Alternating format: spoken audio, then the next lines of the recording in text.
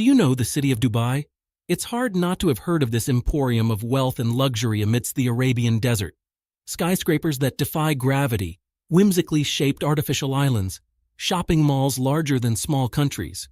Dubai embodies the Arabian dream of boundless grandeur and opulence. But beyond its gleaming facades of gold and glass, much darker and disturbing realities about this hyper-modern metropolis are hidden.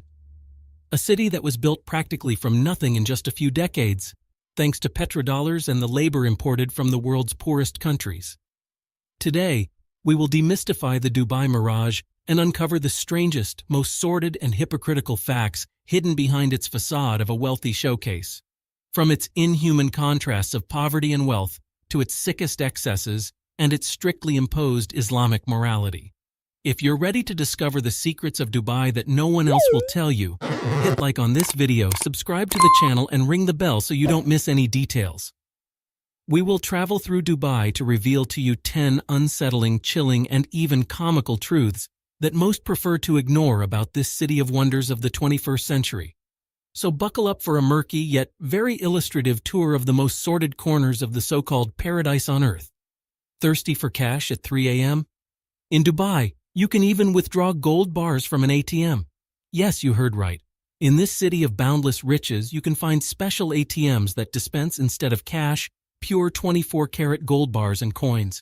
These luxurious metal terminals can be found at the entrances of the most exclusive hotels and costly boutiques. Thus, local millionaires and wealthy tourists can satisfy their cravings for ostentation whenever they wish. To use one of these golden ATMs, you first need to insert your high-limit credit card. Then, just like at a normal bank ATM, you select the weight and denomination of the gold piece you want to withdraw. Options range from popular gold sovereigns weighing 7.7 grams to huge 1-kilogram bars. With one more touch, the machine instantly calibrates the price according to the current market rates and charges the hefty amount to your card. And voila! In a matter of seconds, you get your coveted solid jewel of precious metal with absolute privacy and convenience. A materialistic madness worthy of the richest people in the Arab world. But here's the best part. The gold ATMs are open 24 hours a day. So at any time of day or night, you can satisfy your most eccentric impulses to own precious metals. Within the Arab city-states of the Persian Gulf, owning gold is much more than a luxury. It's a cultural obsession, a status symbol, and wealth inherited from generation to generation. That's why these ATMs are such an attraction for both locals and wealthy foreigners. Truly, only in Dubai would they come up with the extravagant idea of replacing ordinary money with gold nuggets coming out of a slot. Welcome to the new Dubai normal for the planet's most eccentric millionaires. If there's one thing that defines the climate of Dubai, it's its dry, sweltering, relentless heat. Located in the arid desert of the Arabian Peninsula, this city is bathed in a blazing sun that rarely sees clouds all year round. Average high temperatures hover around 40 degrees Celsius and can even reach 50 degrees Celsius in the hottest months of July and August. Combine that with almost non-existent humidity, and you have the perfect conditions to get completely dehydrated within minutes if you don't take the necessary precautions. Precipitation rates in Dubai are among the lowest in the world. On average, it only receives about 100 milliliters of rainfall per year, making it a true delight whenever clouds release their precious load. In fact, it is so unusual for it to rain over these desert latitudes that when the rare drops begin to fall, it's a total sensation. Locals rush out to the streets to celebrate and record this unique natural spectacle with their cell phones. The extreme drought has forced authorities to convert 99% of the city's potable water from desalinated and redesalinated water from the Persian Gulf. An incredibly expensive and unsustainable process in the long run that only a wealthy economy like Dubai's can afford. Engineers had to devise tremendously advanced cooling systems to allow human life to flourish in such a brutally hot place. All buildings, vehicles, and outdoor spaces have powerful air conditioning systems working 24 hours a day. And despite all these efforts to tame the desert, when you step outside, it feels like opening the doors to an oven. The oppressive heat hits you from all angles, drying out your nasal passages and skin within minutes. For local residents of Dubai, this extreme climatic reality is seen as normal and even a form of environmental masochism. But for visitors, Breathing and surviving under this blazing sun can turn into a real trial worthy of the Hunger Games. Behind the gleaming skyscrapers and luxury hotels of Dubai lies a terrible reality of human exploitation and working conditions practically equivalent to slavery. I'm referring to the 1.5 million poor workers imported from countries like India, Pakistan, Bangladesh, and the Philippines, who were lured with promises of fortune, but in reality work under a quasi-feudal system of servitude. These economic migrants have their passports confiscated upon arrival and are forced to live in overcrowded worker camps under subhuman hygiene and safety conditions. They are paid a pittance, denied medical care, and threatened with deportation if they complain. Working up to 16 hours a day under the scorching sun, thousands have died in accidents or from dehydration at the construction sites that embellish Dubai's architectural fantasies, and their disproportionate effort not only erects the petrodollar palaces, but also perpetuates a luxurious and carefree lifestyle for the local upper class. From the super green gardens and golf courses to the air-conditioned shopping malls operating 24 hours a day. If there is one unmistakable symbol of the wasteful and excessive opulence in Dubai, it is the luxury supercar fleet of its police force. While law enforcement in most countries drives basic utilitarian vehicles, Dubai's police patrol the streets in dreamy exotic cars. We're talking about brands like Bugatti, Lamborghini, Ferrari, Aston Martin, Bentley, and other gems on wheels with prices ranging from hundreds of thousands to millions of dollars. True automotive works of art more suited for racetracks than chasing criminals. The official justification from the authorities is that these high-performance sports cars are necessary to curb the increasing problem of illegal street racing in Dubai. With their 12-cylinder engines and over 600 horsepower, they can catch even the fastest offenders. But in practice, we rarely see videos of these decked-out patrols chasing criminals at high speeds through the desert. They are more likely seen parading and performing exhibition stunts on the most luxurious boulevards to the delight of admirers and tourists. Among the featured models are a Bugatti Veyron, valued at $1.6 million, an Aston Martin 177 worth $3.4 million, of which only 77 units exist, and a Lamborghini Aventador valued at $550,000. All paid for with taxpayer money, of course.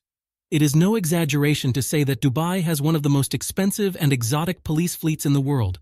An immense garage full of toys for rich and spoiled children, all under the pretext of serving and protecting the citizens.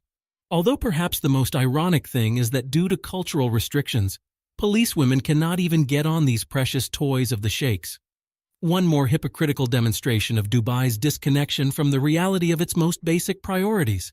Another worrying situation is that women from impoverished countries such as Morocco, Bangladesh, and Uzbekistan are transported by Arab criminal networks to satisfy the aberrant sexual demands of rich predators. This horrible reality is an open secret in Dubai. Everyone is aware that this is happening on a large scale, but the authorities do little or nothing for fear of tarnishing the city's image of prosperity and modernity. Occasionally, some symbolic raids are conducted to arrest a few scapegoats, but the sex trade continues to exist underground to satisfy the lowest desires of the local affluent class and tourists. If there is one place that embodies the ultimate expression of Dubai's excessive luxury and wastefulness, it is definitely the world-famous Burj Al Arab Hotel, better known as the Sail Hotel, due to its unmistakable architectural shape. Erected on a small artificial island 280 meters off the coast, the Burj Al Arab was for many years the most luxurious hotel on the planet, boasting the best panoramic views of the city and offering a level of opulence rarely seen. Its facilities span almost 60 floors with more than 200 two-story duplex suites, decorated with the finest materials, extremely expensive antiques, and solid gold details everywhere. In fact, the use of precious yellow metal in this hotel is staggering. From 24-karat gold-plated toilets to golden chandeliers and fixtures, to the famous solid gold spheres displayed as public art in the gardens and terraces. It is estimated that just in the public areas and suites of the Burj Al Arab, there is $1.8 million worth of pure gold used either for decoration or accessories. And that's without mentioning all the gold alloys embedded in floors, walls, ceilings, and other surfaces throughout the hotel. Complementing this extravagance, the place offers the highest level of attention possible. From transfers in Rolls-Royce limousines to a team of butlers trained by former British military personnel, who cater to the smallest whims of the guests. All this for a cost ranging from $1,000 to $28,000 per night, depending on the suite reserved. Not to mention the $1 million entry initiation membership exclusive to super-rich VIP clients. But beyond its physical beauty and high-end facilities, the Burj Al Arab has managed to perpetuate its legend of opulence thanks to its exterior facade that looks like a gigantic arched sail of 321 meters high made of glass and stainless steel in sand color. This unique shape arching on the Dubai skyline, visible from miles away, has become one of the city's and the world's most photographed architectural icons. Thus, the Burj Al Arab continues to be the ultimate emblem of the hyperbolic wealth that Dubai wishes to project. A display of what can be built with will, money, and little moderation. One of the most unusual cultural and legal norms you must be aware of if you visit Dubai is the strict prohibition against consuming any food or drink inside public buses, taxis, and subways in the city. At first glance, this restriction may seem absurd and even comical. However, it has deep roots in Islamic traditions and also practical reasons that explain it. Firstly, Islam dictates that eating, drinking, or chewing anything in public conveyances is disrespectful to other passengers. It is considered a rude and hygienically questionable habit that can inconvenience other travelers with smells, noises, and potential food spills. But beyond these religious beliefs, there are very practical and sensible reasons behind this seemingly strange law. In an extremely hot and dry climate like Dubai's, allowing people to eat and drink in enclosed spaces such as buses would be a true hygienic nightmare and an ordeal of bad smells. Imagine the sweltering heat mixed with sweat and body odors, along with food particles and crumbs floating in the air, made stale by inadequate ventilation. It would be a perfect breeding ground for bacteria, foul odors, and a generally unpleasant environment. Furthermore, accidental spills of sugary drinks would attract all sorts of insects and pests inside public transport units, something that Dubai authorities definitely want to avoid at all costs in their meticulously maintained city. So, what happens if you are caught eating or drinking inside a bus, subway, or taxi? Depending on the discretion of the inspector, you could receive anything from a hefty fine to minor arrests for contempt and disrespect of public norms. Therefore, it is most advisable to refrain from any consumption inside these means of transport. If you need to hydrate or have a snack, wait to get off at the designated stops to do so properly. In such an extreme environment as Dubai, where traditions clash with the most basic needs, seemingly unusual rules like this are required to maintain the fragile balance of public order. So if you value your stay in this city, you'd better save those snacks for later. Well, those have been 10 unique, curious, and even disturbing facts that reveal the deep contradictions and hypocrisies hidden beneath the shine of Dubai's ultra-modern and ostentatiously wealthy facade, from its inhuman contrasts of poverty and excessive wealth to its desperate attempts to bend the desert with enormous and unnatural environmental engineering projects. From the most absurd material greed of its affluent classes to the strict Islamic moral norms imposed strictly on the streets. In summary, the city has become a hotbed of excesses, paradoxes, and dirty secrets that its government prefers to keep under wraps, a fantasy realm of opulent wealth for new rich Arabs and wealthy foreign tourists, built on the bones and sweat of an exploited and invisible working class. But what do you think about all this? How do you see the Dubai phenomenon, a vision of human grandeur or a materialistic affront to nature? Let us know your opinion in the comments. We hope this journey through the other side of Dubai has opened your eyes. If you want to continue exploring hidden realities of impressive places, subscribe to the channel, like this video, and click on the bell. Your support helps us bring more content like this.